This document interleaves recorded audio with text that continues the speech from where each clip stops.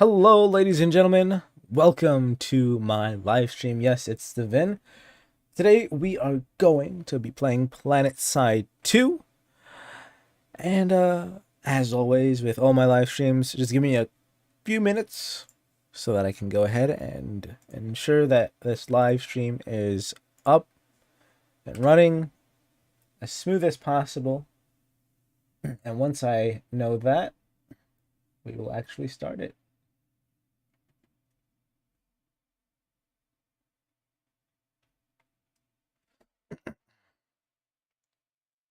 Whoa. So right now you should not be seeing the player move, like the gun, etc. I can confirm. That, my friends, is Andrew. Hey, everybody! He will be our special guest for today's live stream as we enjoy playing on the new conglomerate side of Planetside 2. I'm going to break down how Planetside 2 is played.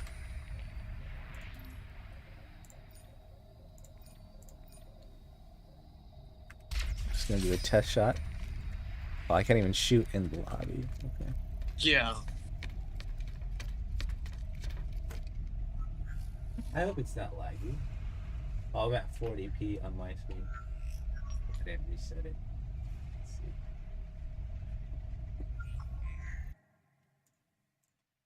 Okay. That looks accurate. Alright. Watch this live go south and everybody joins the vibe room. It's actually smoother than before. So, we are actually up and running smoother than before. Thank you so much for joining, if you leave friends. a continent in the middle of an alert, and then you go back to that continent, I've actually got to take off, I've got to take off platoon voice chat. Well, voice chat in general, because that's why you can hear my teammates. I'm with, recently I started playing it again. I'm with Voodoo Company. That's an outfit. I'm going to explain all of that first thing. And then we're going to have some questions brought in as sort of a ritual for all my time that I've probably been with Andrew. He's always been the interviewee whenever it comes to new things related to me and YouTube, so that's pretty exciting. But first things first, how do we play Planetside 2? It looks intimidating. It looks complicated. And friends, if you guys have any questions whatsoever, be sure to leave a comment, and if me or Andrew somehow sees it, we'll definitely respond. If I see it, I will more than likely respond. So always feel welcome to leave any question if you have one. For example. Let's go ahead and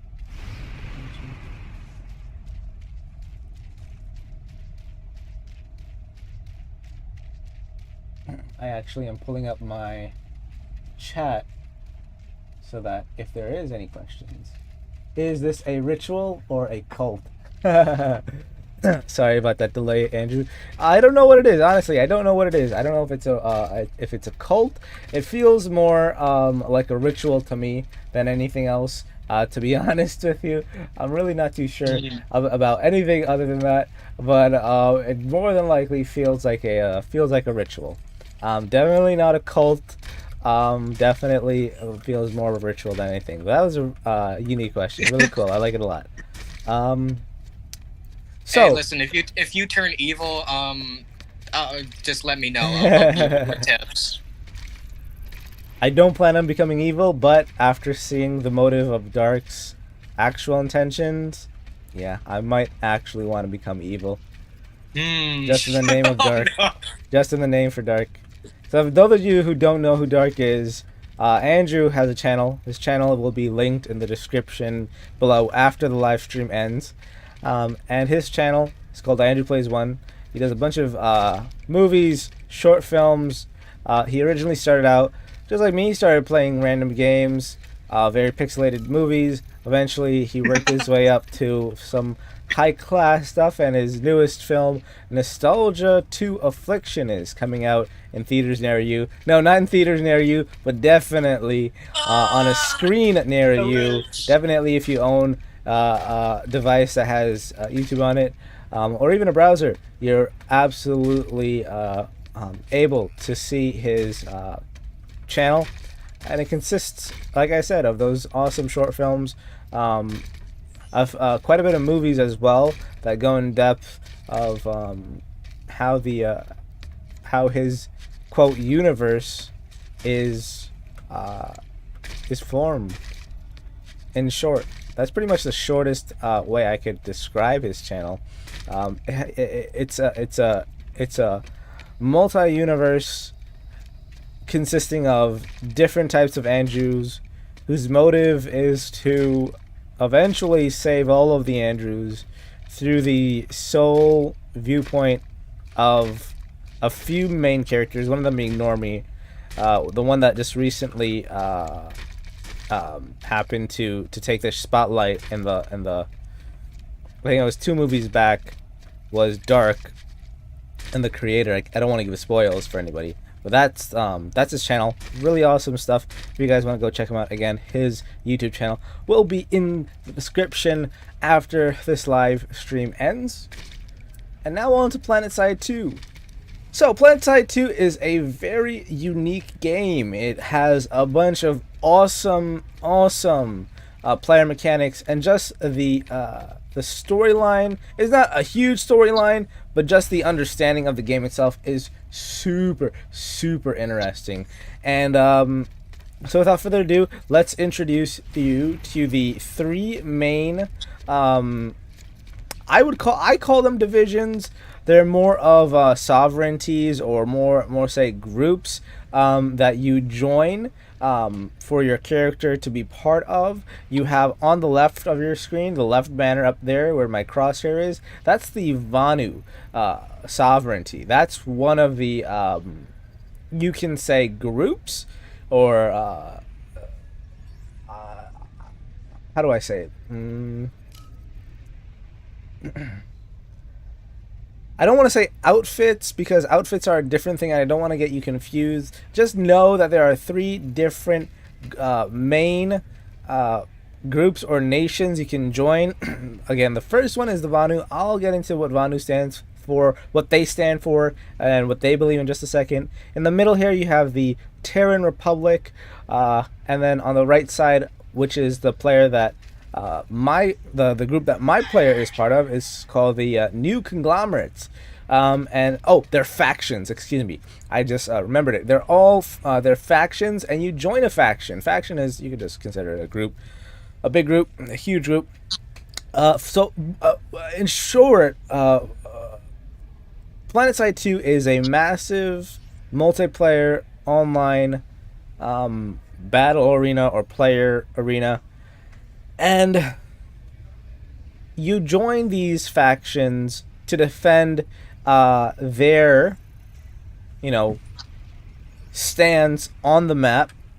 The map, obviously, this is not the map that you're seeing right now, but the map I'm going to show you in just a second. You defend territory by claiming bases, etc., etc. I'll get into all that specifics later. But for right now, the Vanu sovereignty stands for their belief in technology, and how they believe that technology is important and ever growing, and that they strongly believe that since this technology is useful, they'll be using it to its fullest potential and seeking it out for the future, and is the guidance for all things Vanu related. So you'll see that their warships and their battleships are very futuristic than, so let's say, the New Conglomerates. The Terran Republic is a regime that believes in the origin of the origin of the map, which I believe is called Araxis. Correct me if I'm wrong. Anybody who is an expert on Planetside 2 and knows what I'm talking about, go ahead and correct me anytime. But from what I know, the Terran Republic is one of those groups that believes in the origin and the way things were, and they will defend that at all costs.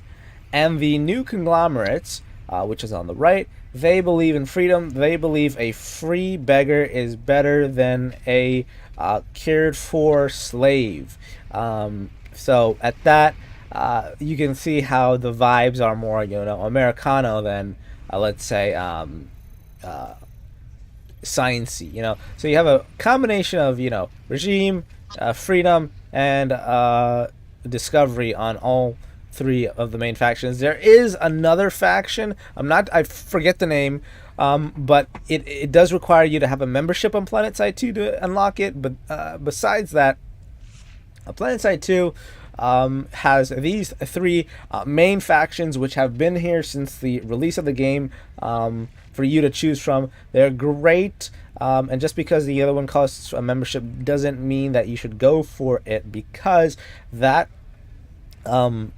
faction is only recommended for really experienced players. So I don't recommend that at any point.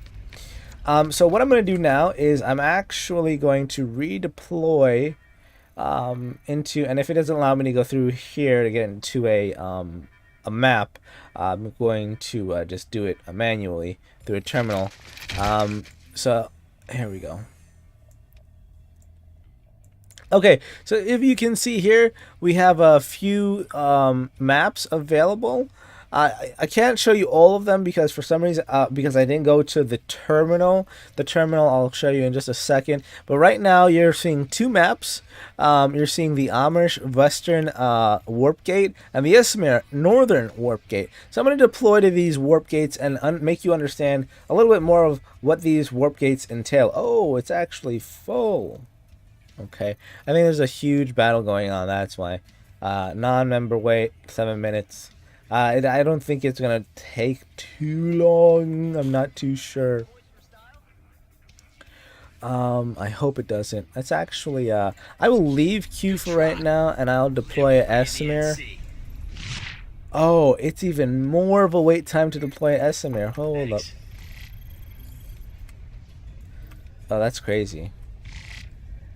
Let's just play at the sanctuary. We're gonna have to join a terminal because I believe everybody wants to play today. Holy moly! There is a queue like there is no tomorrow. So yeah, you can already see that this game is very like people are really into this game. So now that I'm at the terminal, I'm gonna actually show you all of the war zones. So this right here is Araxis, right? It's the whole continent, globe.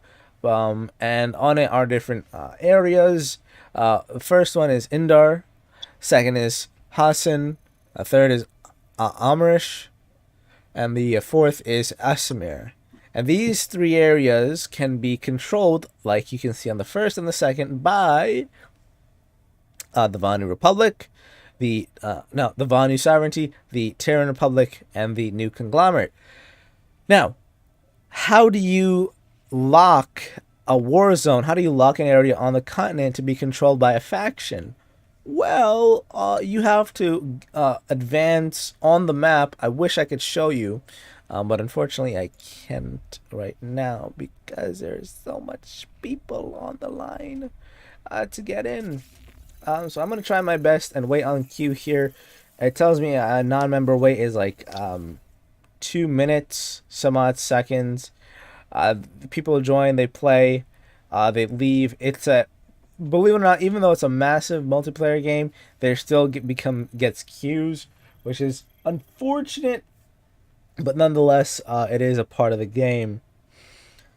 Okay, so we're actually gonna take some one question from Andrew while we wait. It's gonna be pretty interesting. It works out perfectly. Yeah. So yeah, let's begin.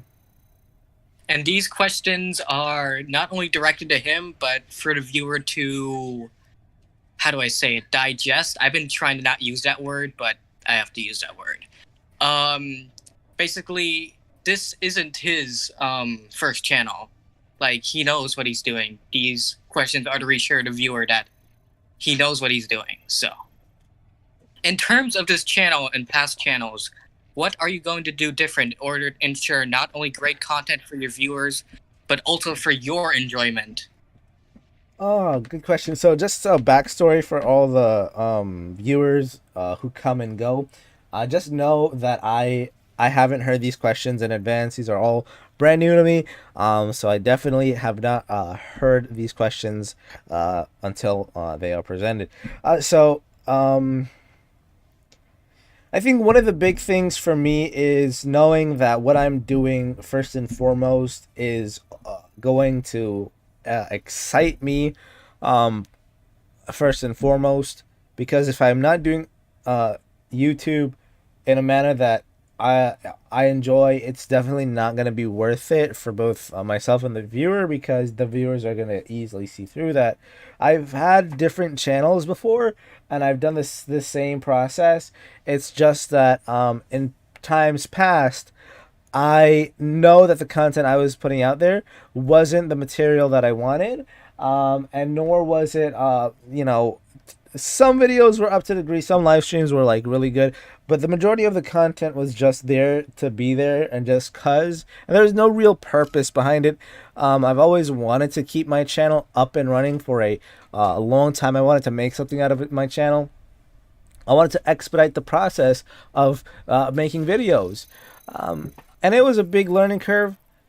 All that to say, in order for me to provide the best content for my viewers and for myself, is to first, as I said, have my belief in what I'm doing aligned each and every single time I hit that record button and hit that live stream button, because if I don't have that, I'm lost. 100%. 100%. I'm lost. And I don't want that, because it's not beneficial for the viewer, which is my second point. How am I going to bring it to the viewer? You, as my viewer, are going to get honesty before anything else. If I know that I won't be able to post a video, I will let you know. But I'm not going to promise many videos, unique videos at that up front, because I'm not at the point where the videos are of demand. And so as they come of demand, that's when they get released. Right now I'm going to be picking and choosing what games I play and what content I provide other than just gaming. And I said this in my first video, I'm gonna be doing a lot of content that is just, you think it would be random to put on a channel, but I'm trying to find a niche as I go along my journey, so that I can give the viewer what they like and also find what I like in that process. If I start out with just one specific thing and I don't have viewers who enjoy it and don't see me as within that niche, then it's really no point of doing it to begin with. Because all I would be doing is recording and just uploading as if it was for a video album for future's sake. So yeah, that's my motive behind it, always ensuring that I'm upfront with what I'm doing, I enjoy what I'm doing, making sure that content is being put out and at the quality level.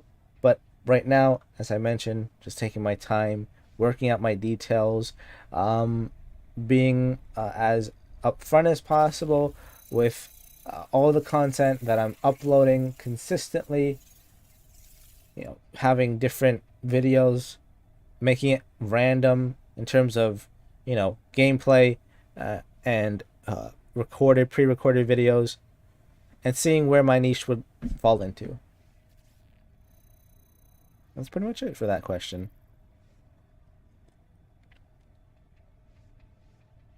Definitely a great answer.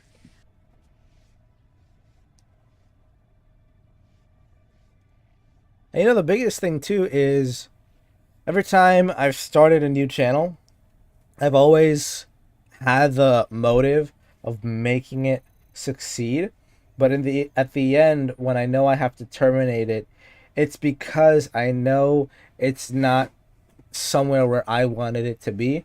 I've always felt like it's what somebody else wanted, and I don't recommend that for any person at all. If they ever decide to make their own channel, always recommend them to first find if they enjoyed it, and then second, see if that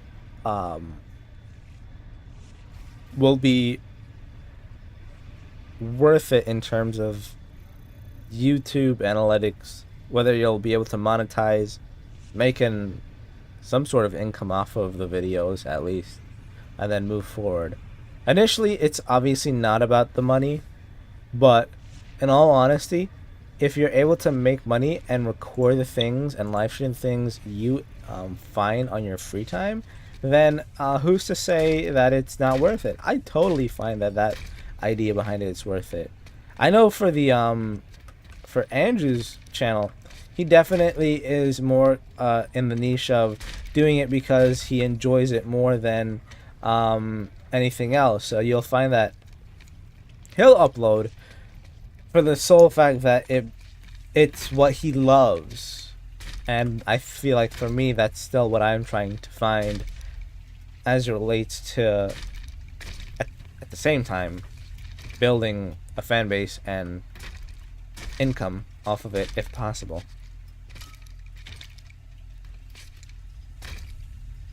Yeah, and I've been doing this thing for about 7 years, and I feel like right now I've only just begun, but I feel like that's kind of a good thing for me because right now I'm at a place where I could release videos whenever I want. I don't have to be pressured because I would used to post like around 6 to 7 videos a month, but soon I realized that that was affecting me, and that really took a lot out of me. You know, like Yeah. you're always gonna have that one point, like when you're doing YouTube consistently, that you feel like you can't really do it anymore, and you're at a very low point. But then you start to like get past that and finally be at a comfortable place. Yeah, especially when it comes to content creation, because it's like you said, it's so demanding, and it takes a lot out of you.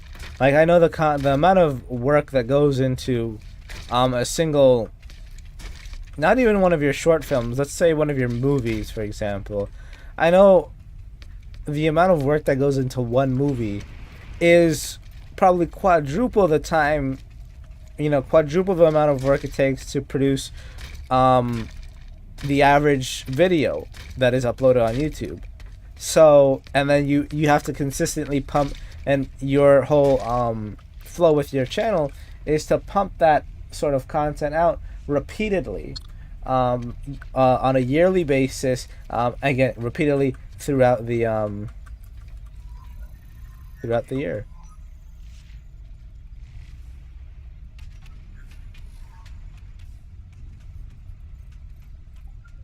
Oh yes, we can warp to Amish. Awesome. That's gonna be great because I'm gonna be able to show you guys the actual rundown of the game. Excuse the beeping. Yeah. Allow long-range transportation for infantry units. It allows a soldier to travel any linked location in an instant. Yep. So you'll since I'm a new player to the new conglomerate, it's going to give me a tutorial. This game is really cool. It's more of an Americana type of game, more than like it's more. You can see that this faction is more freedom, macho American related than anything else, to be honest with you. So right now I'm at what's called. So let me break down the map for you. This is Amrish. This is one of the continents on our axis. And these are warp gates. So if you look at the map, on each corner of the map, there's what's called a warp gate. Esmir is under our control. So, great work. Oh, we captured Esmir. Awesome. So we're currently... Oh yeah, not to interrupt you, but I think Go ahead. the music in the live is louder than when you're talking. Oh, it is? Okay. Let me go ahead and actually lower that down. There's what's called a. Okay.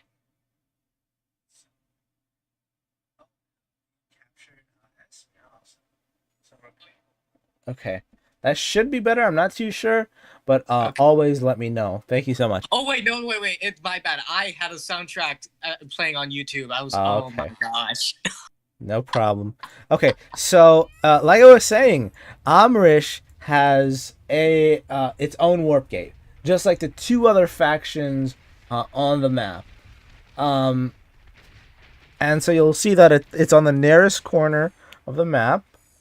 There are 4 corners, but one of the corners is obviously not going to have a warp gate. But as you can see over here, this is in purple. You can know which side it is because the blue is New Conglomerate, the red is Terran Republic, and the purple is the Vanu Sovereignty. You can see Vanu has their warp gate on this far end, and you can see the Terran Republic have their warp gate on this end. All these warp gates have a similar looking pattern. You can see the amount of players by all these blue dots. They look like ants, and plus they're also all over the place as well. We can't see them now because we're not in their group, but we can see my squad that I'm in right now, right over here, VCO. But they're all different types. Normally, I would be listening to them because this would be a very, very exciting time to be in a squad and listen to them because you are commanded by your squad leader. There's always squad leaders. If you ever want to be a squad leader, you can. But it's really exciting to have another person do it because you can then take on to battle and focus on actually taking charge of the bases. What do I mean by that? So I'm not going to go too much into specifics into how Planetside 2 is played. But you can see these lines connect, right? You can see these lines connect through all the different bases. One thing to note is that this line, this base, the Lithcorp Secure Mine, is not directly connected to the deserted mine shaft. And from my theory, from what I've known, you have to follow these lines in order of capturing, in order to capture the whole of the map, right? So in order to capture this general region, this region, we'd have to get this first. We can't just go straight to here. We'd have to capture this and this and this. And then each one has their own pathway to get to. That's why you're seeing right now that where our team is capturing this base, the Sungray Amp Station, instead of the Sungray West Gate, because of the fact that the power hub over here is connected to the amp station. So if you follow the lines, it's pretty much they're literally feeding you the answers. You go here in order you can capture it. Now there's strategies behind it. There's strategies. Obviously, your player has its own field. But in short, I personally cannot give you all the specifics because I myself don't know all the tiny details to it. Like, I can't tell you what this thing is over here. I'm not too sure what it's even referred to because that's how updated the game is. I just recently started playing again. But what I can tell you is that some of the strategies behind it, if you can see these orange circles popping up throughout the map, just flashing, these things are actually battles happening, shots being fired in these different locations, and they're pretty much the opposite team and our team, the New Conglomerate, versus whatever team, whether on this side, which is the Terran Republic, or this side, the Vanu Sovereignty, attacking us, and we're attacking them to progress on our path to victory of claiming the entire continent of Amrish. Excuse me. So it's very exciting, and when it comes to the player loadout, you will be able to customize your player. There are different classes when it comes to a player. In terms of classes, you have the Infiltrator, which is a long-range sniper. You have the Light Assault, which is a rooftop skirmisher. You have a Combat Medic, which is a mid-range support. You have an Engineer, which is a repair and supply class. You have a Heavy Assault, which is a frontline fighter. And you have a Max, which is a anti-ground, decked out suit here. And all of them have their unique abilities. I mean, in their name, they have explicitly what they are. But to briefly sum it up, Infiltrator is like a sniper. So if you've ever played Fortnite or any first-person shooter, that's the sniper. Light Assault is pretty much you can go in, do quick maneuvers, but your damage is not as effective as a Heavy Assault. Heavy Assault is sort of inverted, where its power is more. Its gunshots, its bursts are more impactful. They hurt more. They do more damage. But that sacrifice is led by less mobility. I plan on getting a new helmet, so please do not mock this. The way this helmet looks like. The combat medic. The combat medic is super great alongside the engineer. Combat medic, in short, heals anything flesh or human related, player related. Engineer does everything equipment related, so it can repair the max, because max is pretty much all equipment, and it also repairs all the vehicles. I'm not going to get too specific into guns because they go in depth. But pretty much for the Heavy Assault in any class, the primary weapon that they first equip you with is normally 9 out of 10 times a really good gun. For example, the NC6, I think it's called Gauss,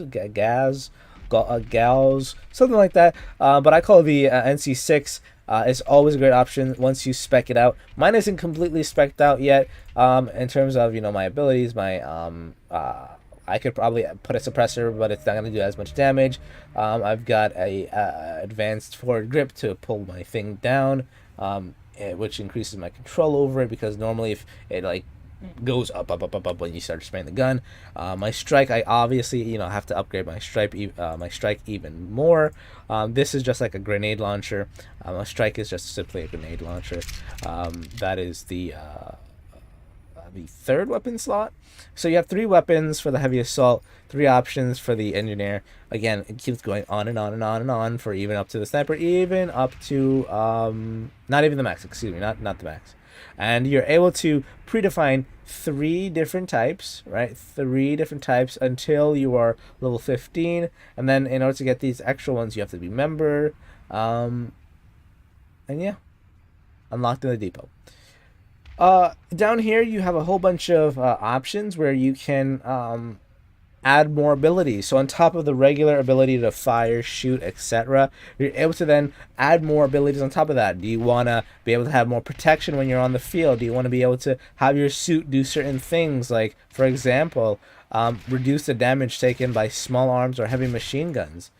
And do you want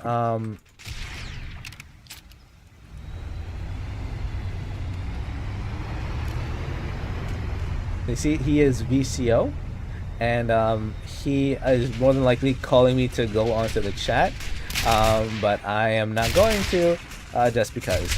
Okay, so right now, I believe, yes, I am the Heavy Assault right now.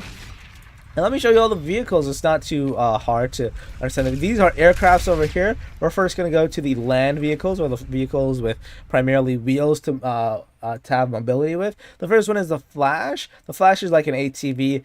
Nothing really to explain there. They all spawn at a cost. This cost is through the nanites option. Nanites regenerate over time, so you don't need to worry about paying. Nanites is literally an option to pay. Once you buy, it takes a while for the nanites to regenerate. You have to fight in battle, obviously, and then it regenerates. It doesn't take too long, but the more you fight, the more time you waste, and the more nanites come back that way.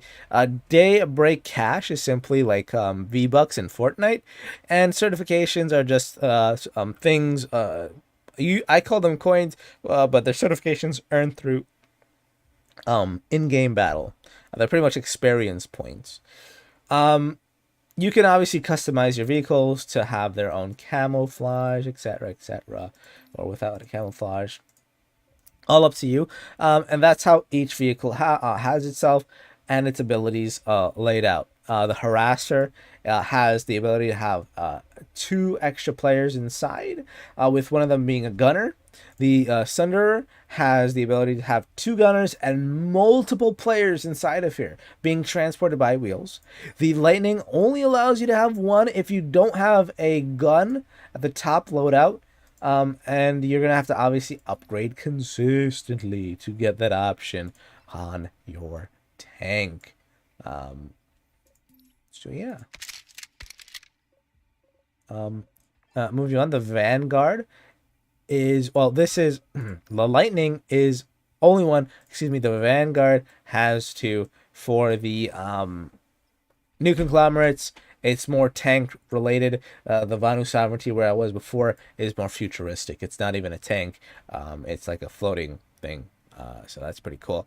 Again, so that is also customizable. You can upgrade these guns to be even more useful when in combat. Personally, I would go with either the G30 or the G30, the M12, or the G40F. Those are my options all the time, because all the other ones are heavy assaults. They just shoot grenades. The Ant is a repair station. I'm not going to talk about repair stations in this live stream because it's just way too much to talk about. And that's a whole different side of Planetside 2, where you can build bases when there's no bases there through the Ant that can help repair. It's like a whole different thing. But let's talk about the aircrafts now, because that's where I'm going to be. What's what I'm going to be using to go in battle, so I could show you guys, and then that's where I'm also going to be answering the rest of the questions from Andrew. So we're going to be going in the Reaver, as it's a solo flight craft. The Valkyrie also carries several people inside of it, also has a gunner, whereas the Reaver only has you as the pilot and the gunner. But you're so more versatile in movement, trust me.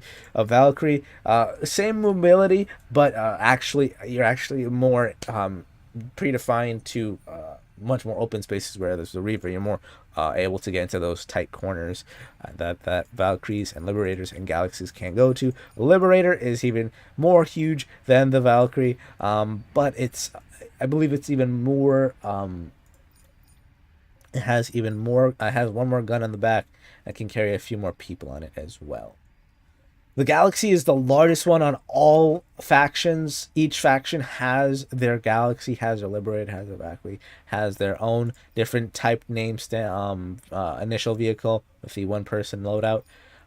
But with this, you can carry a bunch more people. Sorry, I don't know the specific amount, but you can carry twice as much than the Liberator can carry itself, and the Valkyrie as well.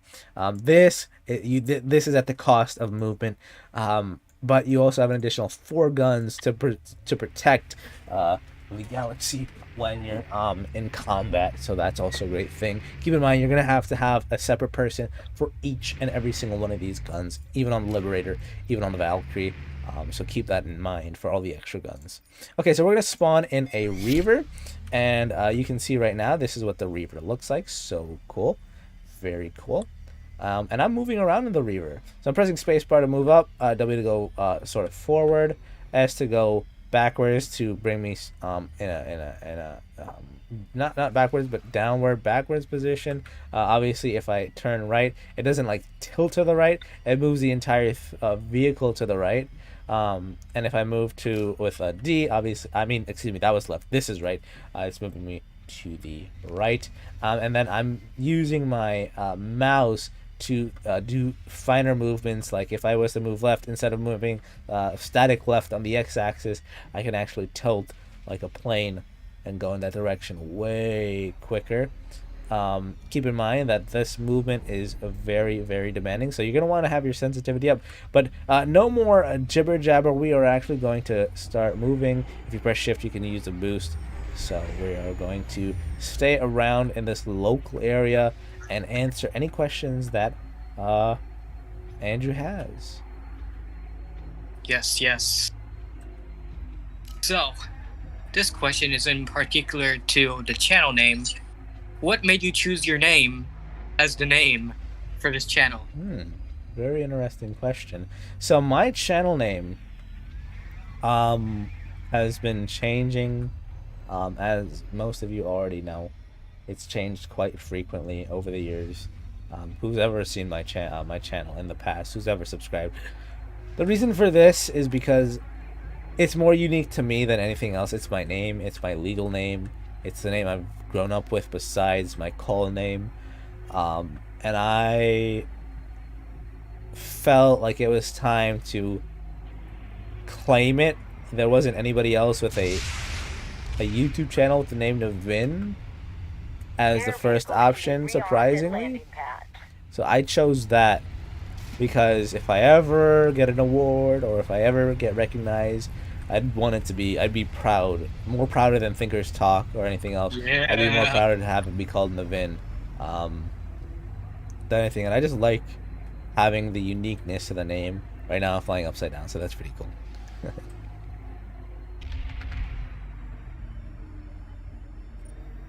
That's that, yeah. And we got one more question. Where'd it go? Oh no.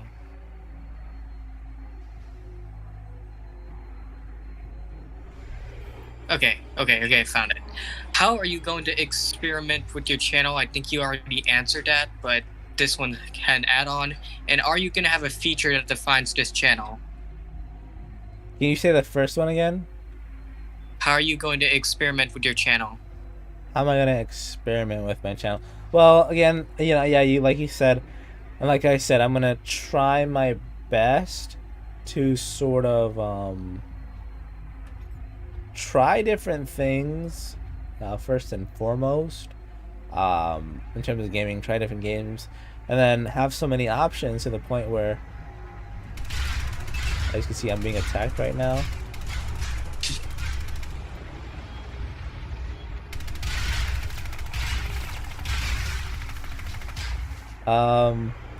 Oh snap, I died. Yeah, that was terrible. We're gonna auto spawn.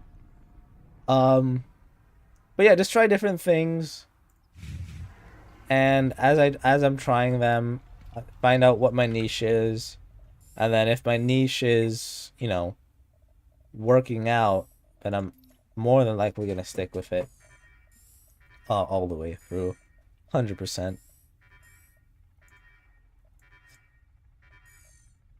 100%. And then what was the second one?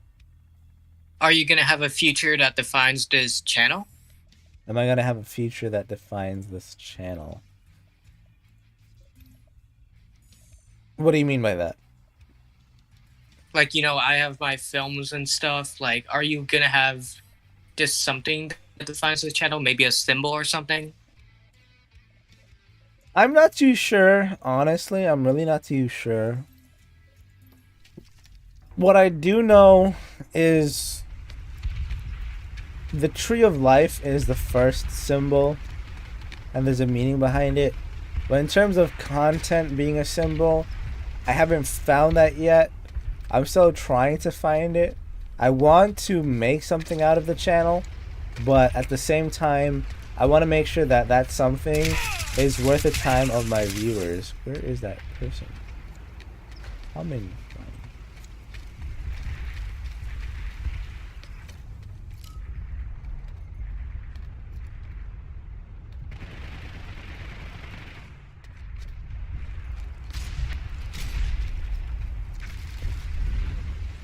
Jesus. But yeah, I don't really know specifically, to be honest with you. I really don't. In terms of, besides the Tree of Life. I get you. Yeah. So, is that all the questions? That's all the questions. Okay. So, surprise, surprise for Andrew. Andrew doesn't know this. But I have a ton of questions for him. Because I know he was going to be our special guest for today. So if you have more time, Andrew, I'd be more than happy to talk about these questions with you, ask you these questions. So, as I go ahead and try and kill the shit out of this bastard who's up here.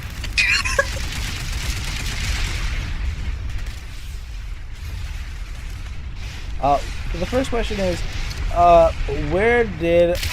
Oh, shit. Well, how did I not see the Vanu up there? They're claiming this area. Yeah. My first question is, now that you're coming up with your latest release, Nostalgia 2 Affliction, how do you feel like it's going? And do you think that this is the next defining moment for your channel? Repeat the first part of the question? So now that you've released Nostalgia Part 2 Affliction, do you feel like this is going to be a new milestone for you? And do you think that this is a sort of a shining moment for your channel? Something that really will make your channel stand out? Oh my god, I went to the same part and I died. Yeah. Yeah, I feel like this is the one that'll be another defining, because for the films that I'm most proud of for making, there's Forbidden Tree 4, Mind Game, and Infinite Andrews Part 2. Those really defined the channel at that time, and this one is, you know, the films that I always make personal are usually the best ones because they're truly from my heart, and I want to emphasize that. Yeah. Yeah, and Forbidden Tree 4 and Infinite Andrews Part 2 were made from the heart with passion. Mind Game and Nostalgia 2 Affliction were made from the heart with my pain. Interesting. And to get all of this out, like, I had to do a lot. I had to be a lot alone in my thoughts, but at the same time, reassure myself that I'm doing all right, that I'm doing better, and, you know, at that moment, create something that is true to myself and true to others around me. And that's what, like, this whole film is about, is, like, being true to yourself even when you're not. Very interesting. And my next question is, you know, now that your channel is out, you know, with the content being like leaps and bounds than it was ever before, do you think it's time to start, I would say, not only advancing your channel in terms of testing your own capabilities, or do you feel like you're at a point now where you've proven yourself and you're ready to stay on the same path that you're on right now? Honestly, I think I'm gonna keep evolving and evolving, because what I've learned is that my channel is always gonna keep growing into something that is gonna suit for the time, and I don't know if I'll have a time where I feel like the channel is gonna be at its best place, but when I'll know when it'll happen, you know. But I'm always gonna keep moving. I'm always gonna keep evolving. Yeah.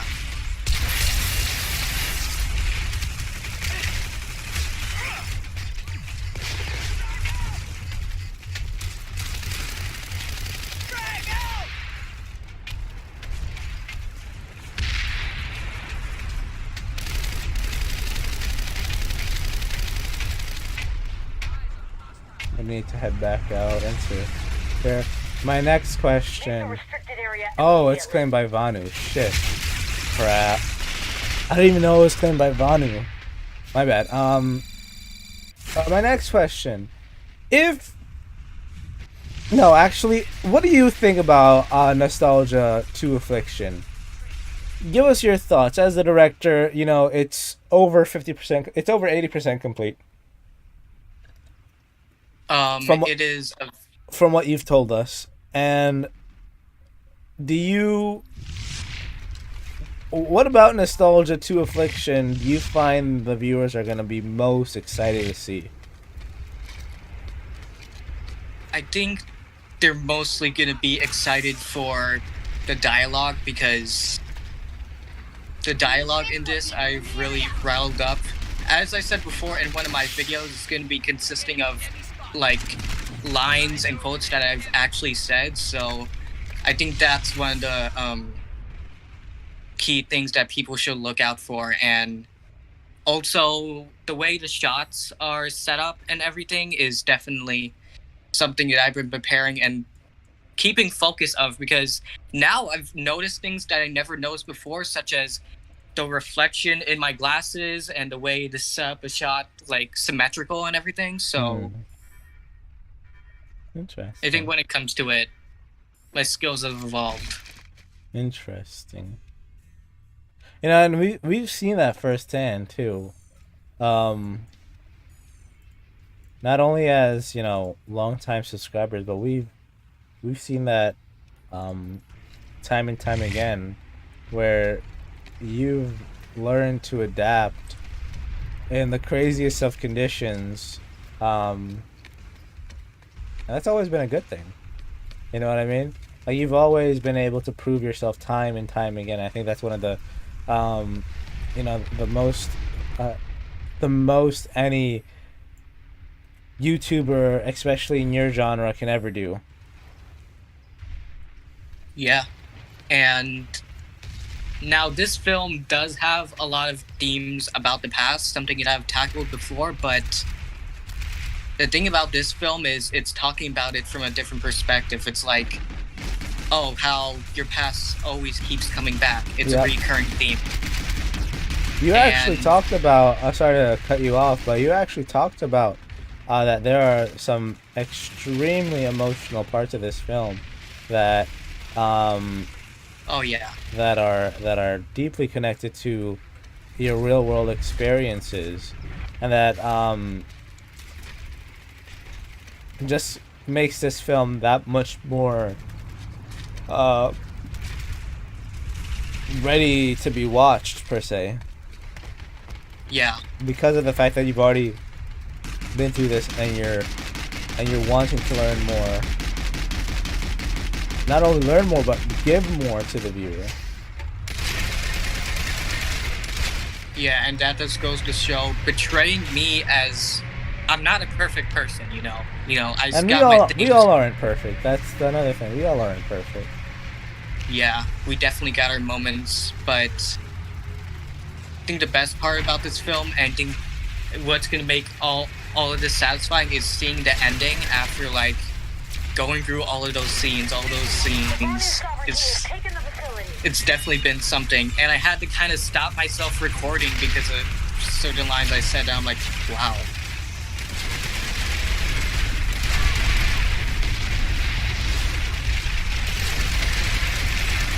And yes, it'll be in a way that, like, you know, it will continue the story of the Andrewverse and everything, but this is my most personal film. True. And I'm telling you, like, I'm so excited to see it.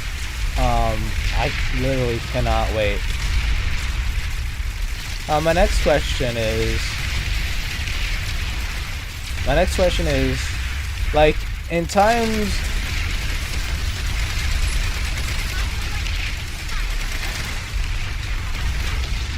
Damn it, I died from a whole tank. Yo. I saw it just now. I want to redeploy with an aircraft and see if I could get the suckers. Let's see. Yo. Sweet revenge. Let's see. Aircraft. There are no aircraft. Aircraft, sir. Let's go down the list here. When you were trying to create your channel, right? What was the biggest thing that you wanted to carry through? But what's one of the things that ended up happening? Like, what's the one thing that has consistently happened on your channel over and over and over again? One of those things where you know it's going to happen, no matter how many times you try not to do it or how many times you try to invest into it, it will always happen. It'll always happen. If there is anything like that at all. Not too sure, but if there is. You know, that's kind of a hard question because, well, in terms of my films, you know, there's always the, like, anticipation of a release, but also, like, the nervousness and anxiety before release and everything like that. Like, even though I know that the expectations for this are very high, it's always gonna like keep me at a very tense level because I'm like, what if this is the film? Like, what if this is the film? And it's like, it's always a sense of dread that will always carry with me when like releasing a film. Like in terms of what if this is the last film? Yeah, like in terms of what if this is the last film? Was it the one that makes it or breaks it? Interesting.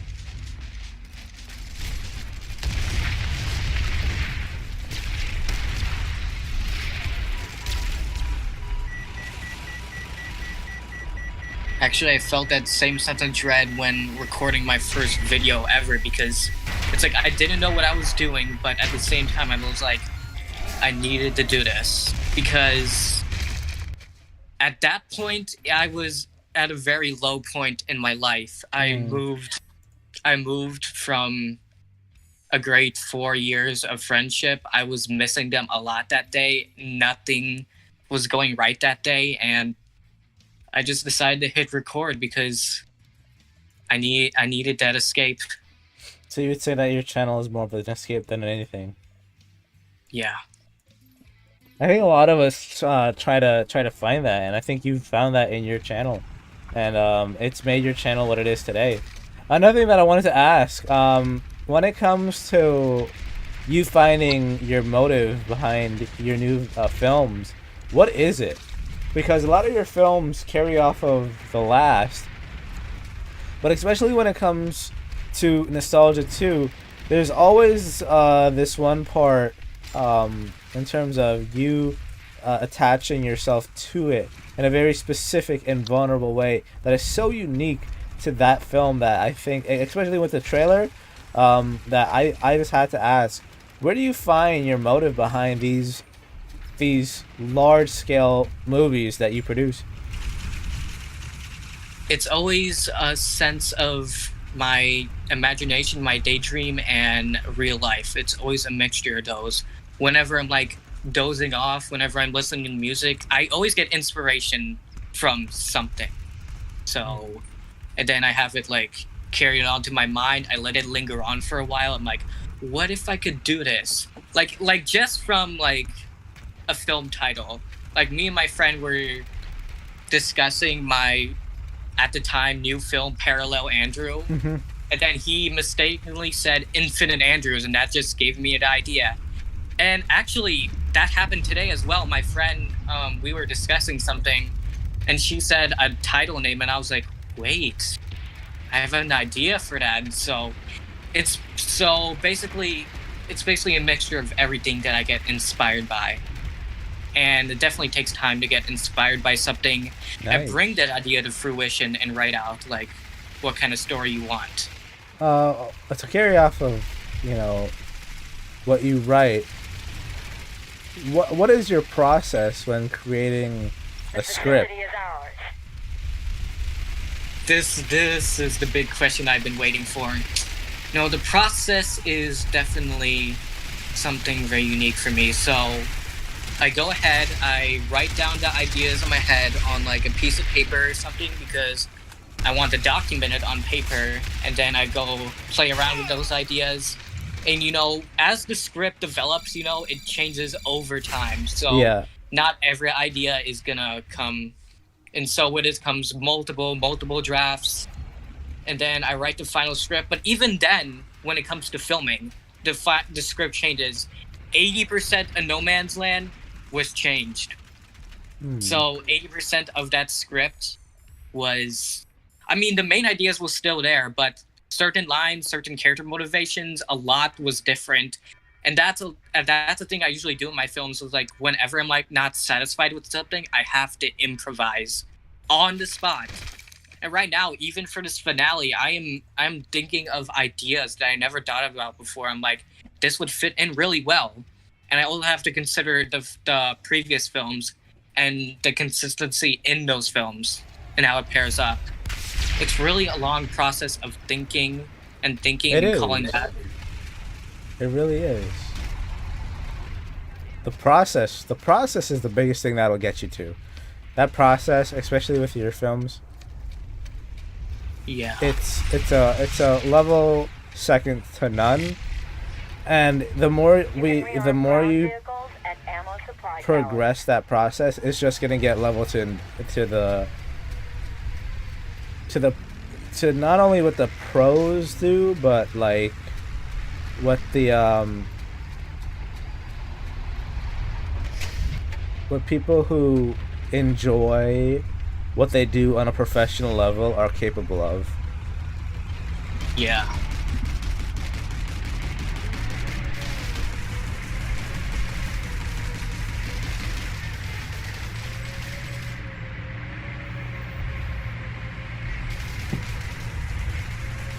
So a little fun fact for everyone, I'm very close to filming the finale, so... The finale of what? Nostalgia 2. Oh, the Nostalgia, okay. And there's definitely a lot of ideas that I definitely didn't write in the script, so... And also the biggest thing about that is bringing those ideas in and making those cohesive. It's like, oh, does this fit for the tone of the film? Does this fit in this particular scene? And so I have to kind of rearrange ideas and stuff.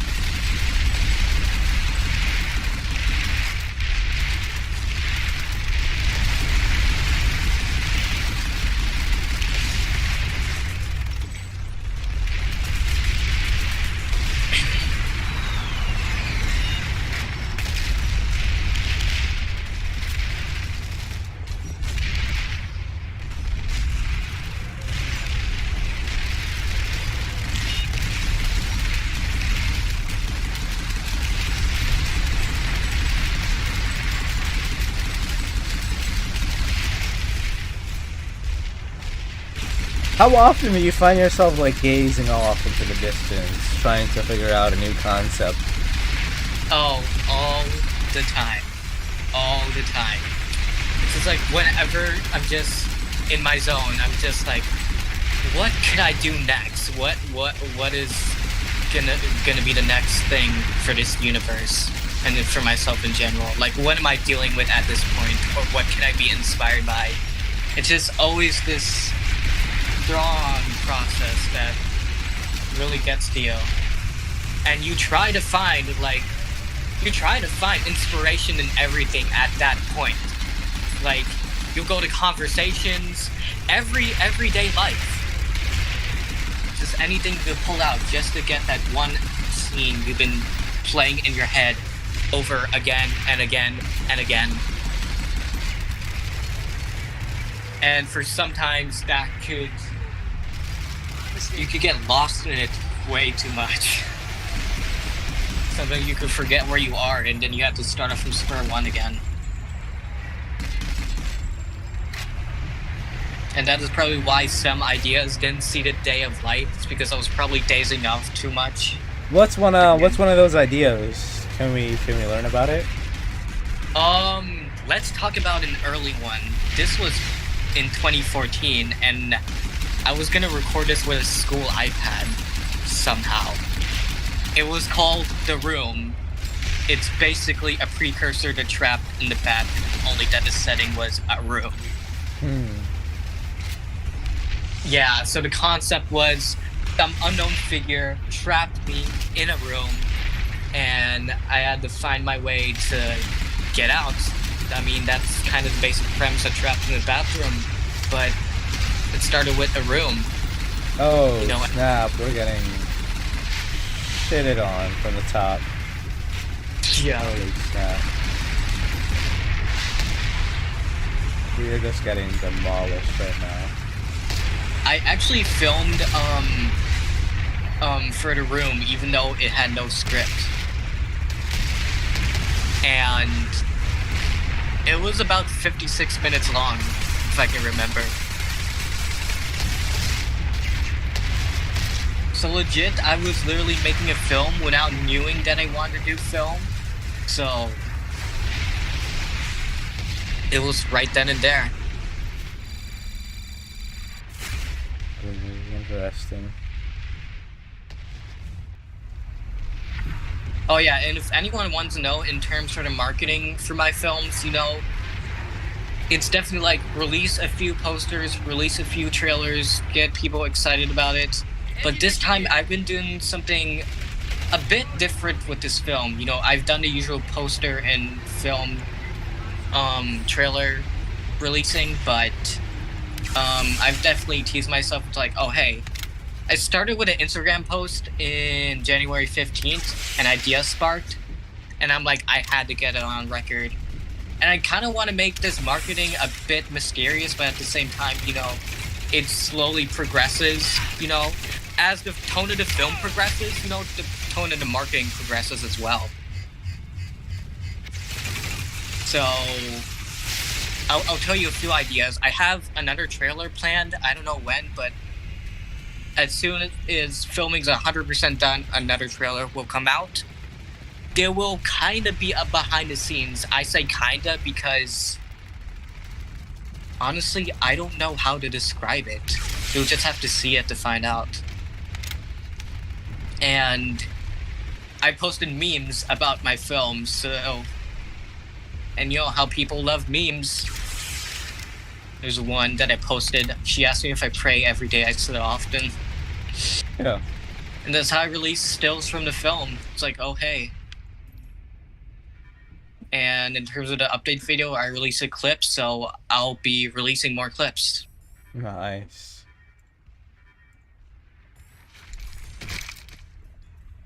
And there's also another idea I've been planning. So I'm gonna release a playlist with all of the songs, all of the musical inspirations that inspired the tone and sound of this film.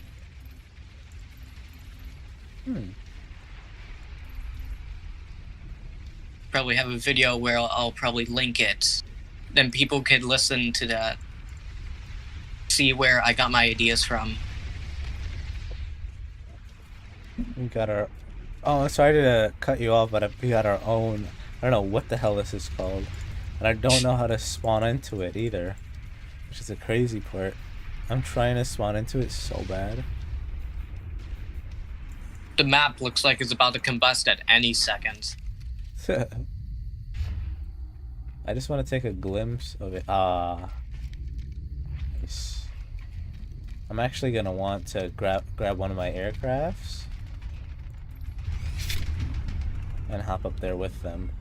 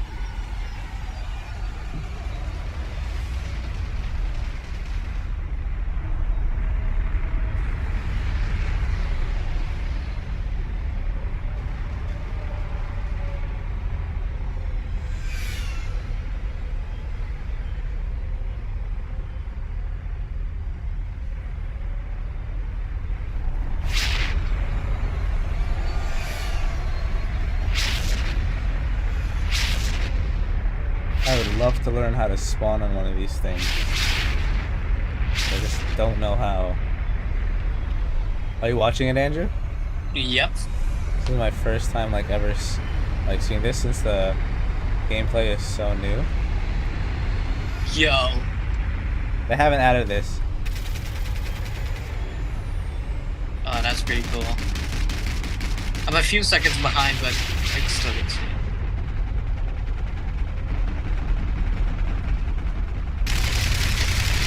You're about to what?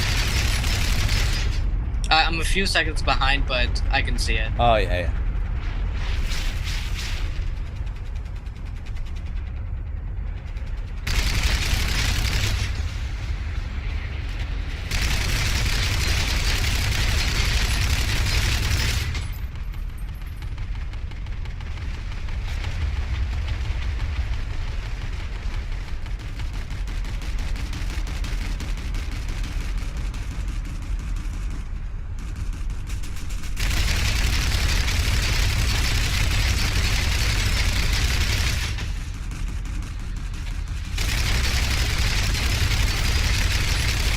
Oh, they're on a full collision course to us.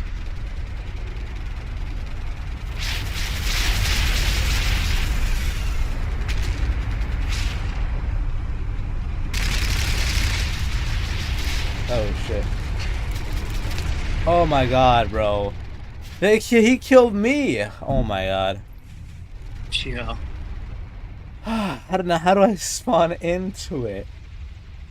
I don't think I can. Oh, they're on a one-way collision course. Oh, they're battling. Oh, that looks so beautiful. And they're low health too. I think that's how much health they have left. Oh, I want to spawn into it so bad. But I can't. Oh, okay.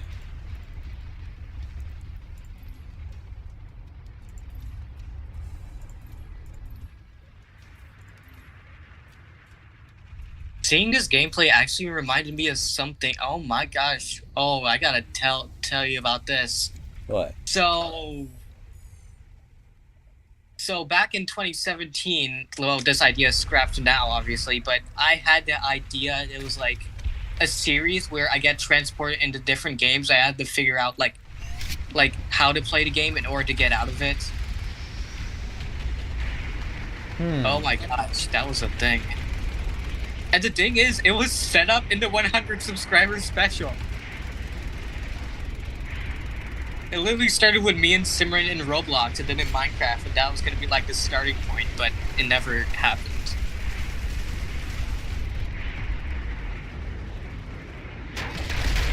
Oh, I'm getting shitted on.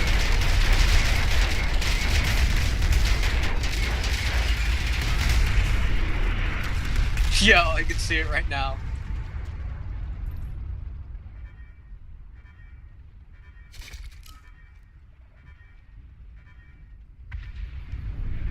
Oh, I didn't die. Interesting. I still don't know how to. I still don't know how to spawn into it, but still, at least we're closer to a tech plant where we can whoop. Because right now I think he's trying to whoop onto that side. I don't know how it's controlled either. Cobalt. Oh no, that's not even it.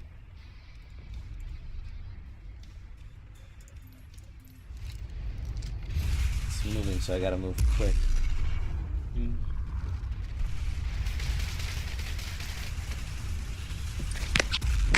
Oops.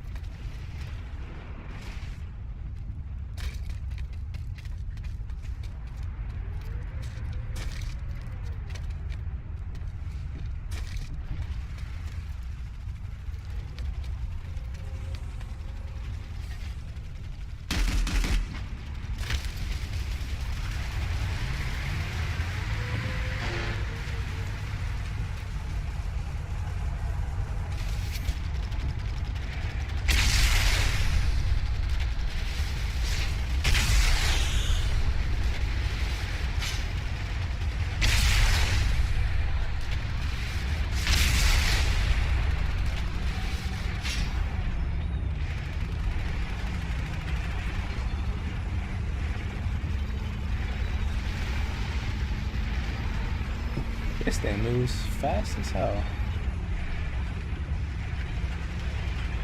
Let's see if I can redeploy. Right now, their collision is like eating itself.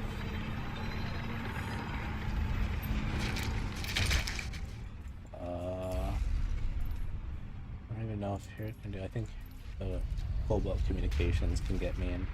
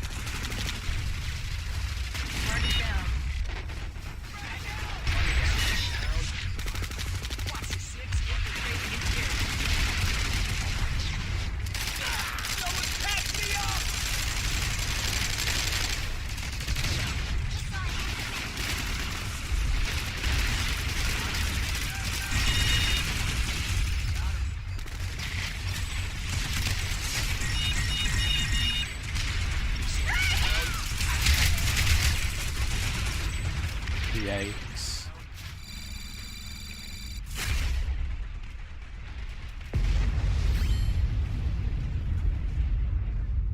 Pull your weight out there. We're losing it. Vanu revived. Shit. That's so crazy.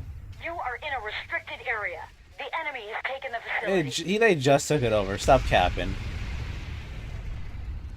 We still there, Andrew? Yo.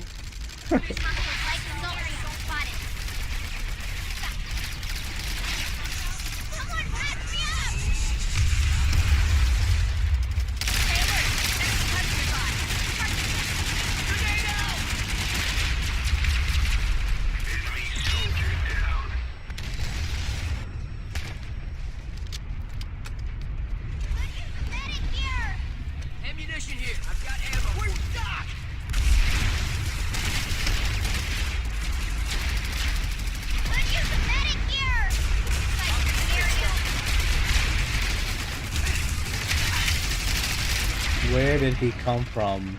Oh my god. Right there. Are you... Oh my god. Where did he come from? Where did he go? He was like right next to the step. Oh man, and they took it over. Oh, I'm getting revived. Yes. Okay, we got it back. La la la la, Cotton Eye Joe. Wow. Thank God for the medics though, because they're like all over the place. Got extra ammunition here. Watch the 6 infiltrator incoming. Hostile max. Kill my grenade. Oh, I can't. Forgot I used it.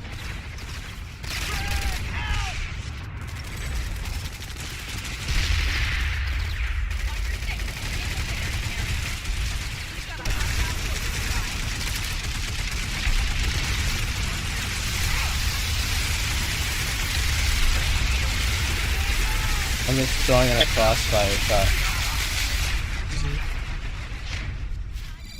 I literally just rejected the idea in my head just now. God damn, those are maxes. Those are Vanu maxes. Those things are, if they're really spec'd out, crazy. This right here, that's what I died by. They're maxes on the Vanu side. I used to be, like, I play on Vanu sometimes. Crazy stuff, bro. Like, you can pay to upgrade your weapons, so I'm pretty sure that's what this guy did, because there's no way you could get this spec'd out without paying. Yeah. But Vanu really took over. I think Vanu might take this map, because we're really pushing, but we're not pushing enough. Is this the best you have? I'm trying, lady. Yo.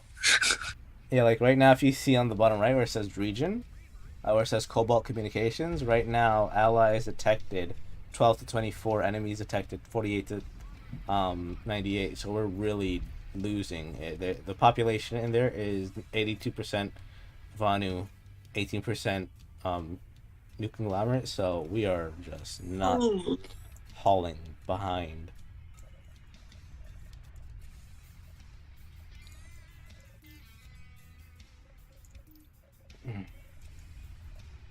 Let's listen into what our squad has to say, shall we? Oh boy. Not too sure if they can hear me, but it's totally fine because I more than likely will be able to hear them. The Vonu sovereignty has taken the facility. Yeah, we know they've taken the facility, lady. Can you hear the lady, Andrew? Let me pull my volume up. Not too sure. Yeah, I could hear the lady. Oh, you might have to leave in 2 minutes, will you? I'm not too sure. More than likely. Yeah.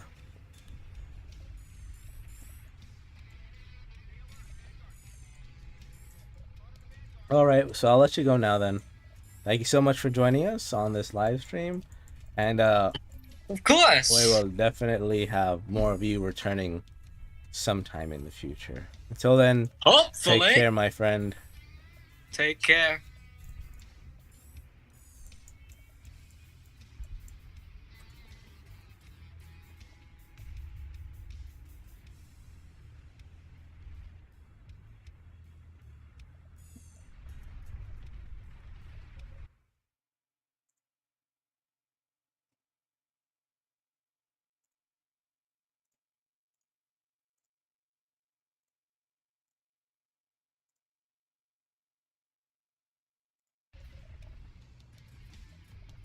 I think all my team is still in this general region, so I'm not too sure how to redeploy to here because, like, Vanu is calling right now. It's like 58%. And we're still trying to reclaim this, but we don't... Okay, finally there's a beacon.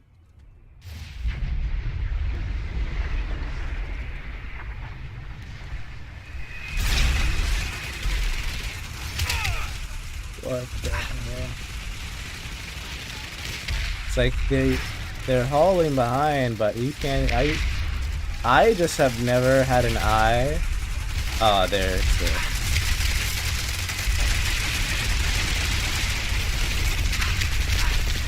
Don't give up. We're still in it.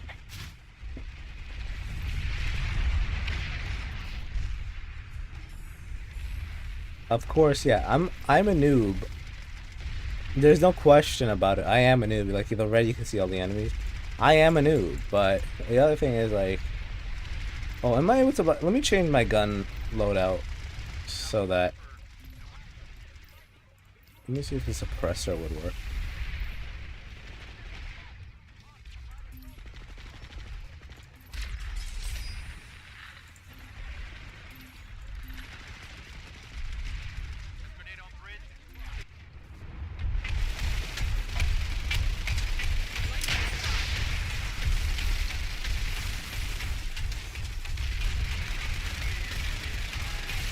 Spotted an enemy heavy. Just saw an enemy medic. Enemy heavy spotted. Stay alert. Enemy heavy spotted.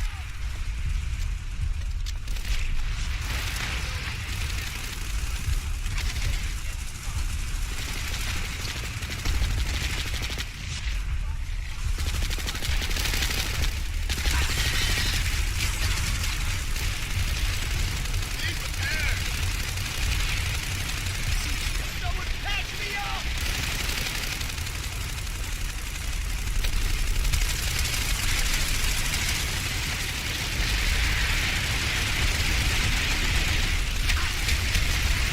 Yikes. I didn't know that the fire was right there.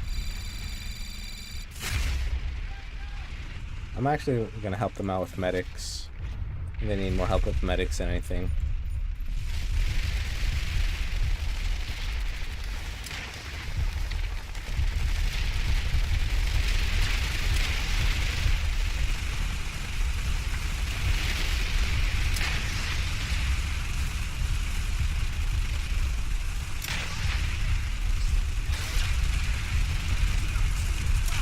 Medic, I'll patch you up. Liberty or death!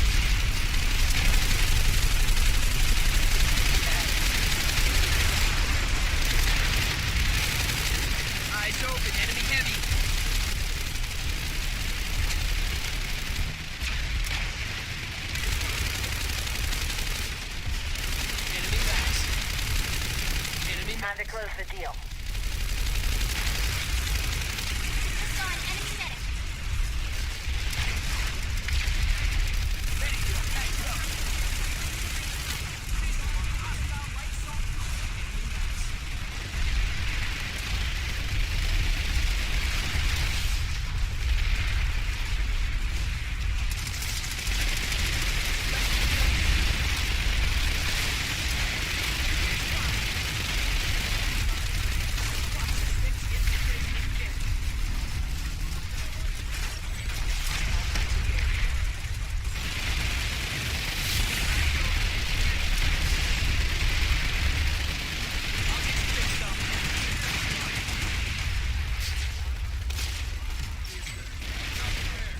The attackers have been repelled.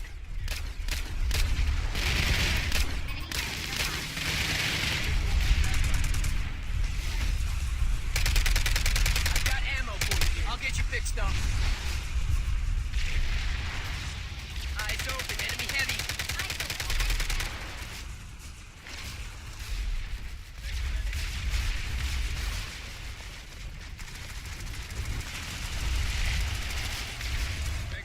Enemy medic spotted. Medic here, I'll patch you up.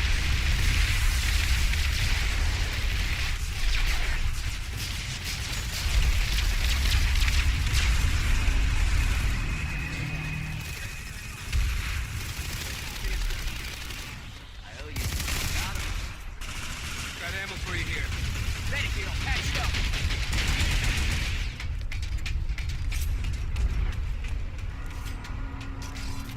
Take some ammunition. I've got ammo for you here. Where's the dock? Got extra ammunition here. Right.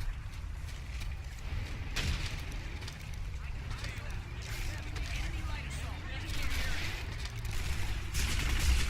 I'll get you fixed up.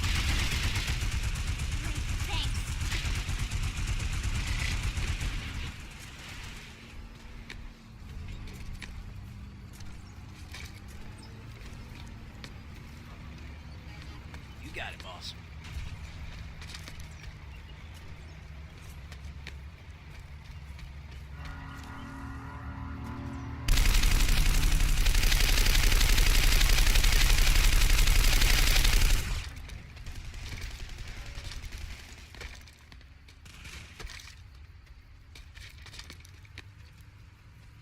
Medic here, I'll patch you up.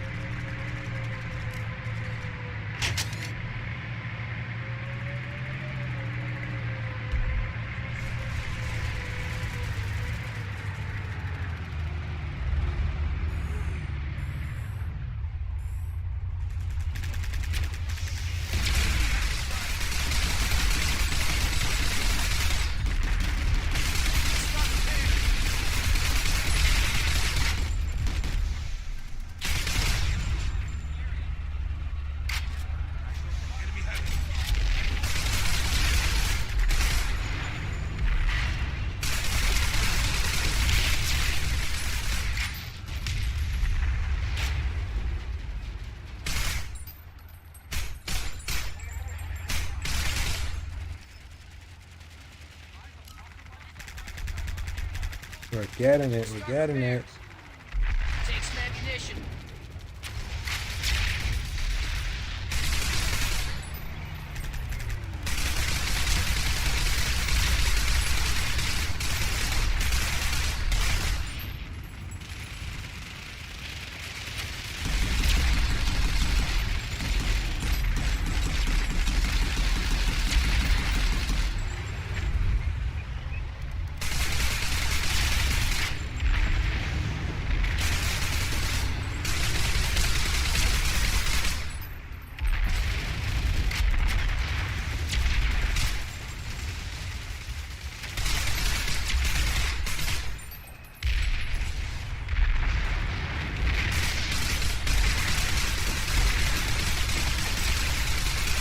You can still gut this out.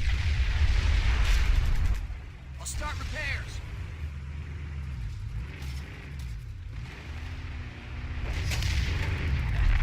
You got your bones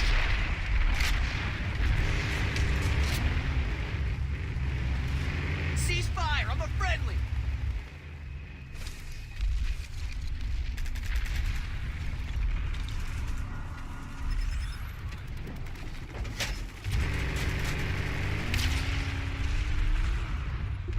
Eyes open, enemy heavy. Stay alert, enemy heavy nearby. Spotted an enemy heavy.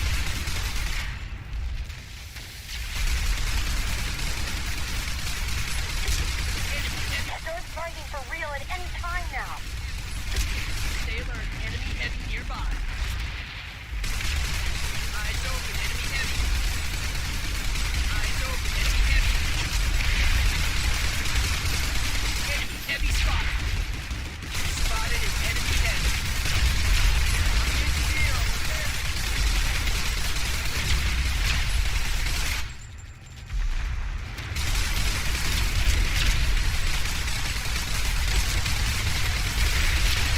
You can still gut this out.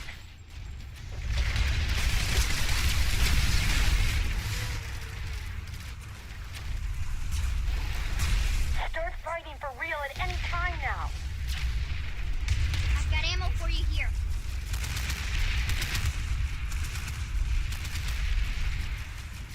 Got a dip.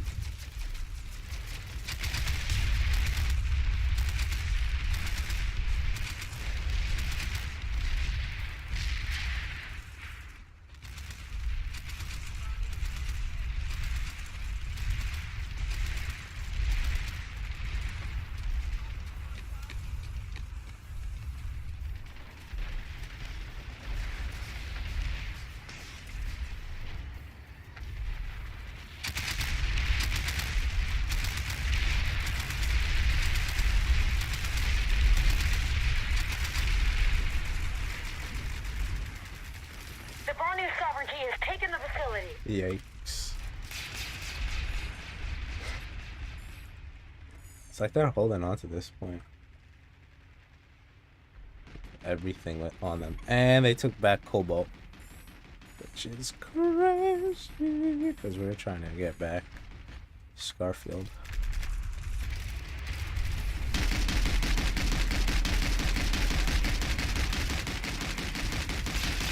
Yeah, it's just going down, down, down, down, down.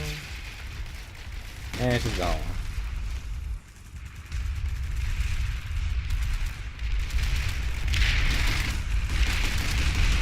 Let me try and dip out of here.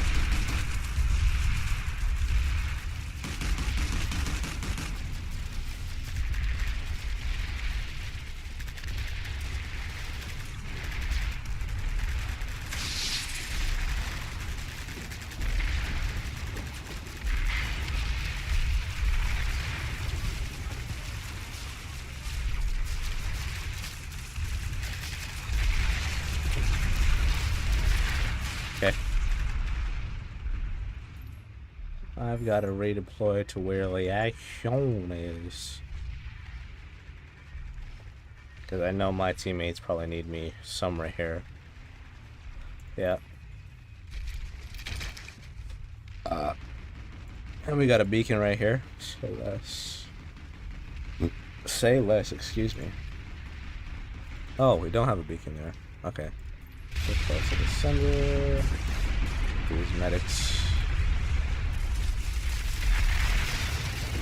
to where they need to be.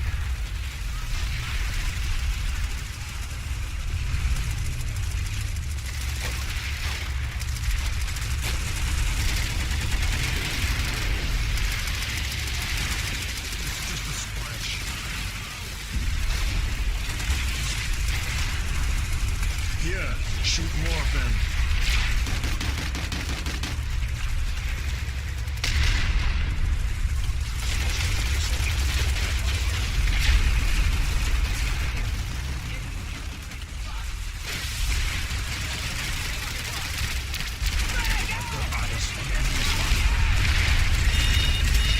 Oh shit. My bad.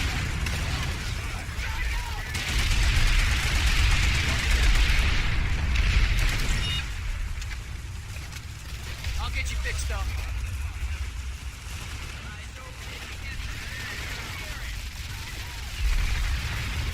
Infiltrator spotted.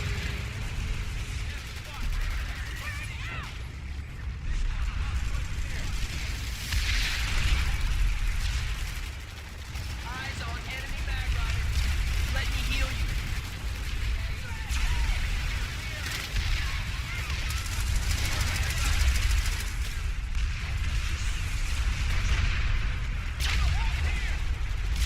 Can I get an assist?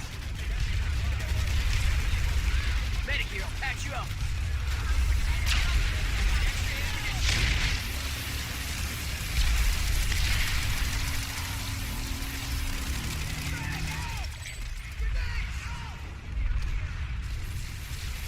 Medic here, I'll patch you up.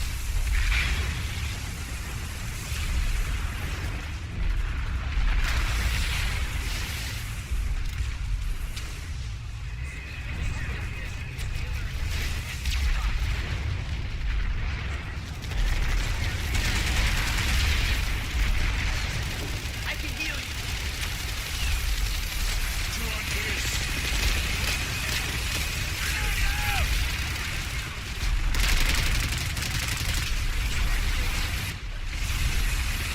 Visual on hostile light assault trooper. Let me heal you.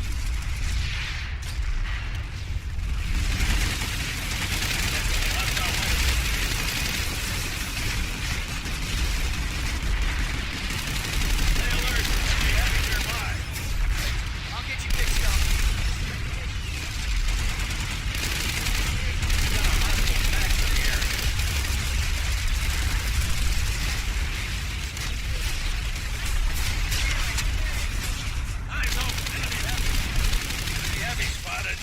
I can heal you.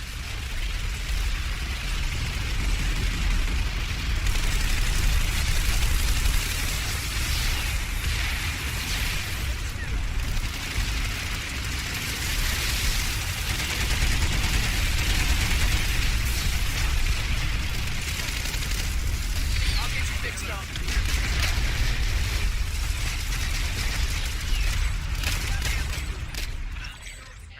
Enemy engineer spotted.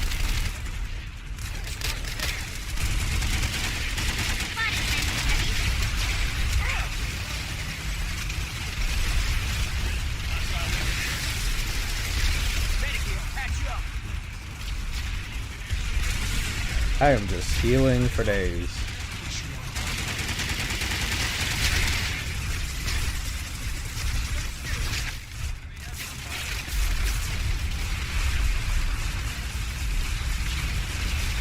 I'll get you fixed up.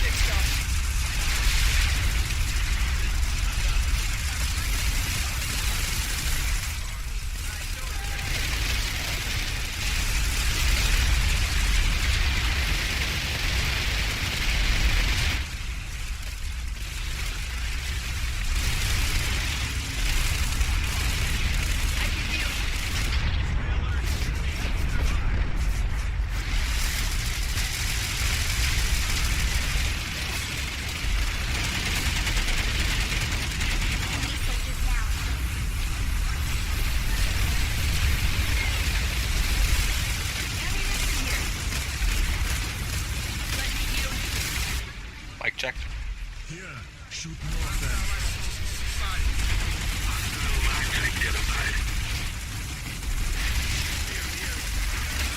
They're outmatched. Finish them off.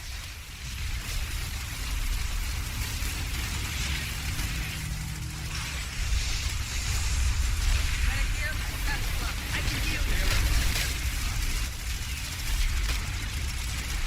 Frag out! Got a hostile focus.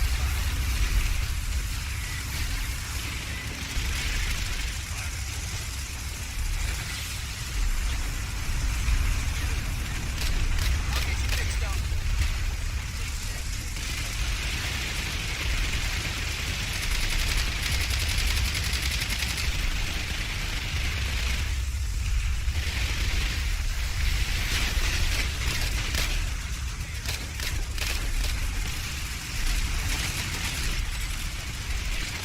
The facility is ours.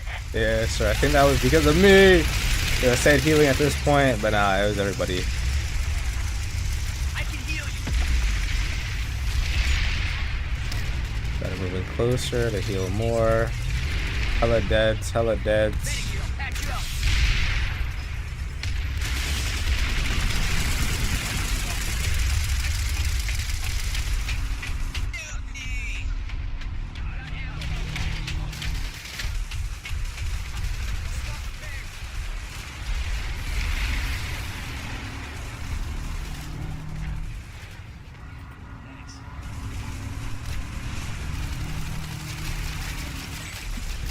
Let me heal you. Medic, I'll patch you up. Any more deads? No, no more deads. My 3 is down. Shit. Oh no, he got back up. Okay.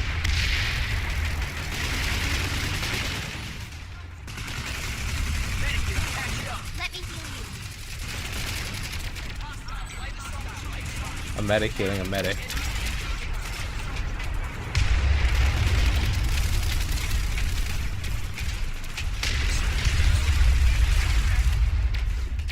I'll get you fixed up.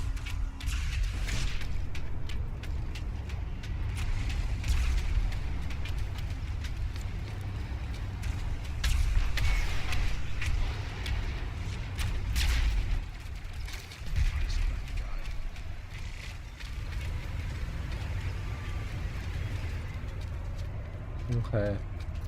So, right now, you have to control most of the territory in order to win, and we and Vanu are now tied, 2 for tied. So, Kill him.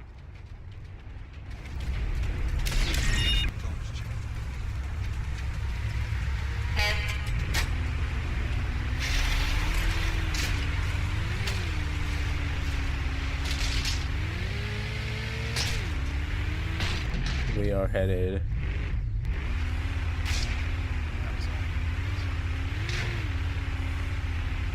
I don't know if we're headed straight for Cobalt. The waypoint is over here.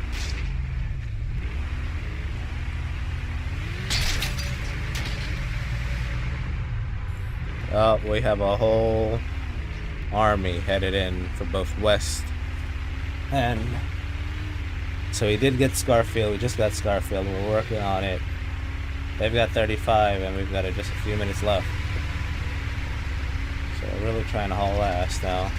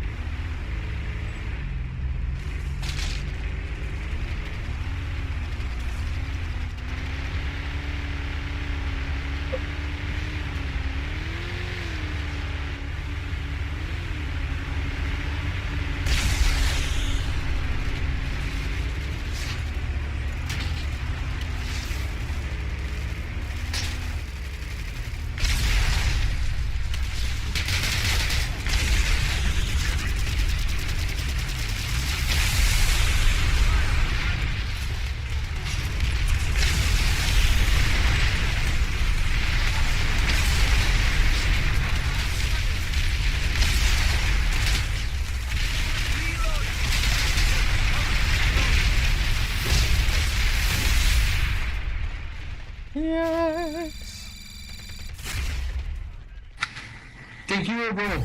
You in the harassment. Oh, I was in the harasser. I think it's on to me.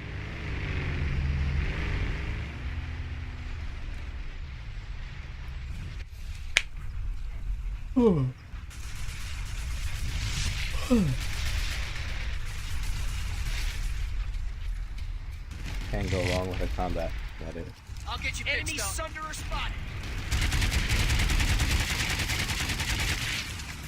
But he does know that that won't work, right? Come on, we're losing this.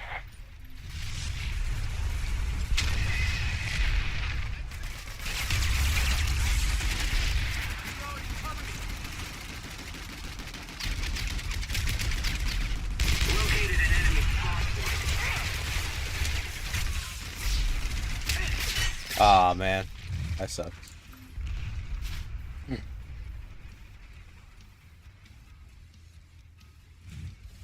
But I saw him.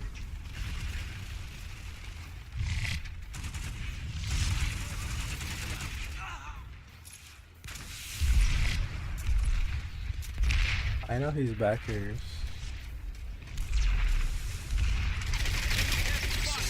There you go. soldier down.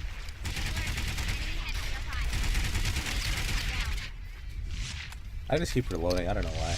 My reload time is what's gonna kill me.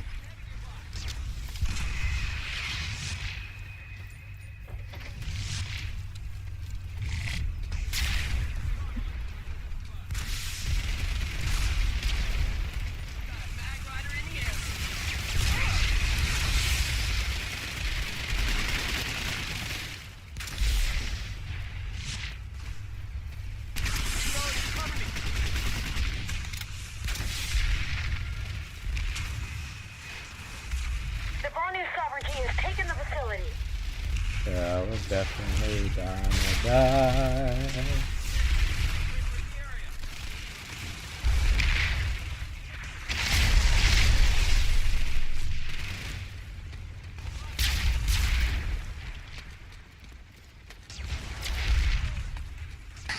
Hey guys, let's go Chimney Rock Depot.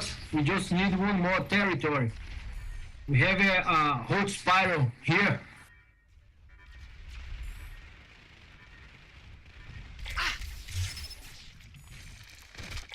Always spell beacons when you arrive too.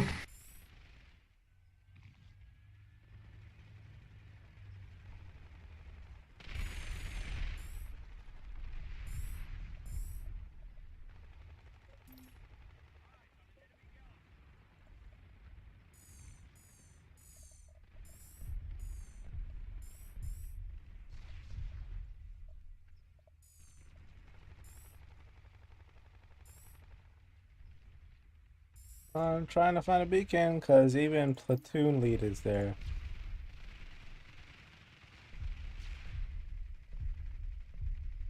So I'm in Bravo, I believe. No, I'm not. I'm in Delta. And I'm waiting for a waypoint straight to Chimney Rock. That's where platoon lead is, so that's where Alpha is. And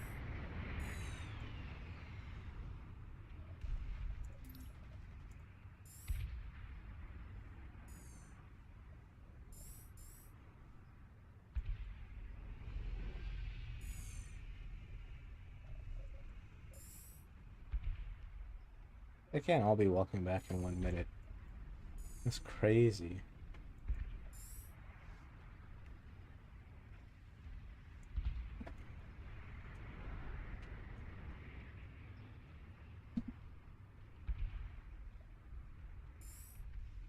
Well, let's see what happens in that 1 minute right up here.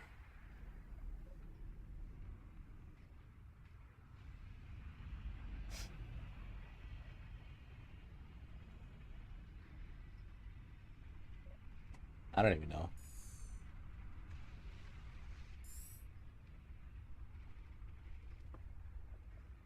Yeah, man, it sucks knowing that it's like 1%. And oh, this is going over to New Conglomerate. Oh my god. Look at the look of the Irish, bro. Come on. 13 seconds to a 43 overall, bro? 40 overall now to 6? We've got it in 2, 1. Yes, sir! With 28 seconds left. Oh, we're tied again. Great. Because I just got... Oh, we're tied. Oh my god. There's like... Okay, wow. Now there's so many Sunderers here. Meanwhile, they're pushing. They might get Scarfield again. And... I don't know how the hell they got Cobalt. Because that's where Platoon... lead The is. DS have Amerish locked down. That's some bull. That's some bull. Benefit base generators, auto repair over time. Locked since now.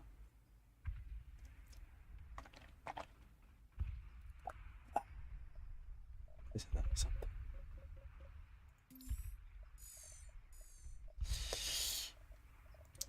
We got Indar and... Oh, I have not been to Indar in like forever.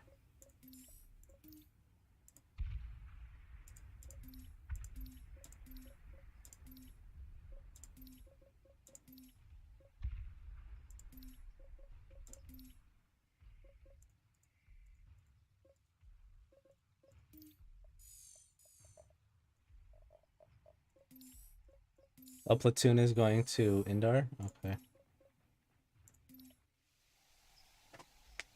At least Alpha is.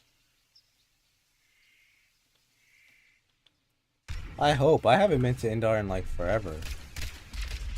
Yes, sir. The whole squad is here, bro.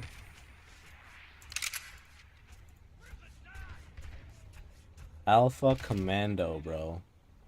I'm trying to... Oh, they're all 17BR, bro. All the... Let me,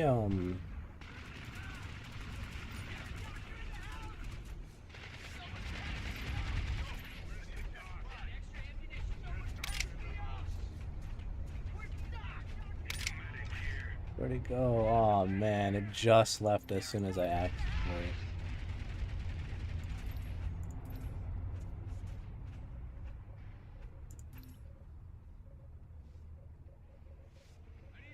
I need one on Indar. I'm not on Hassan. All the homies are on here, bro.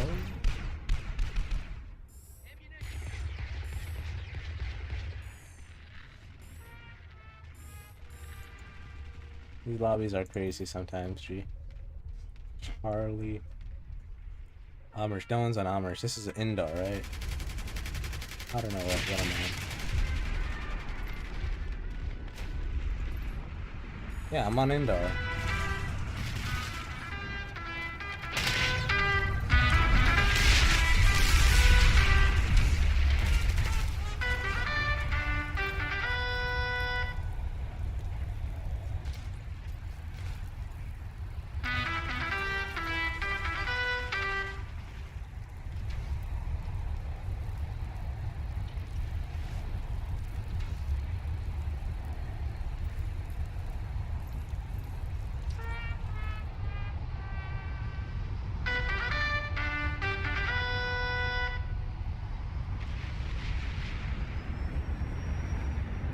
Oh, there's multiple pages. What am I doing?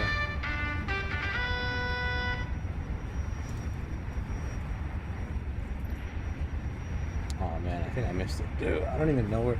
There's a guy, Commando. He was on the list. And then I think it filled up. Which sucks so much.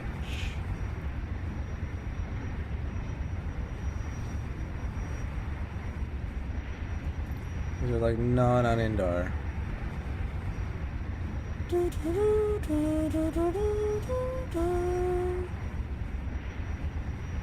GR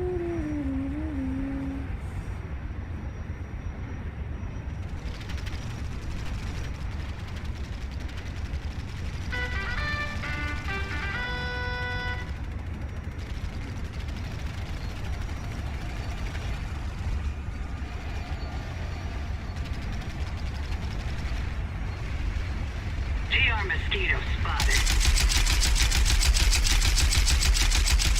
Enemy vehicle spotted.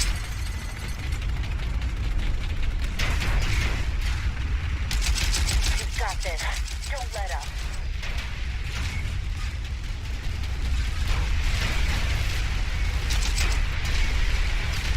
Great.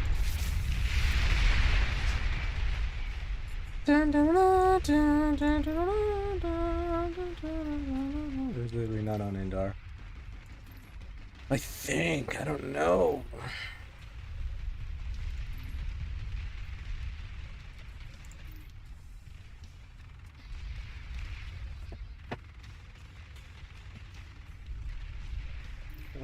They're on Hassan. My outfit is on Hassan. Hold on.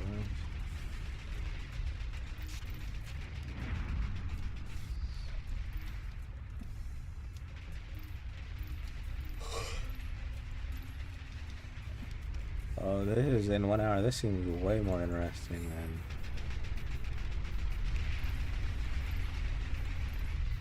Oh, great. Yeah, because that's where all the show is right now. Awesome. The attackers have been repelled. Oh, wait.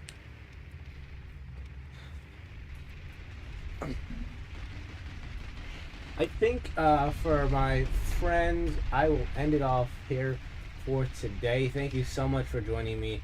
I have literally gone on and on and on and on for the ages. So thank you so much again for joining me. And if you're rewatching this, thank you. I know this one was hours long, but I hope you enjoyed it. If you skipped through to some parts, some highlights, awesome. Thank you so much. And I will see you in the next one. Take care now.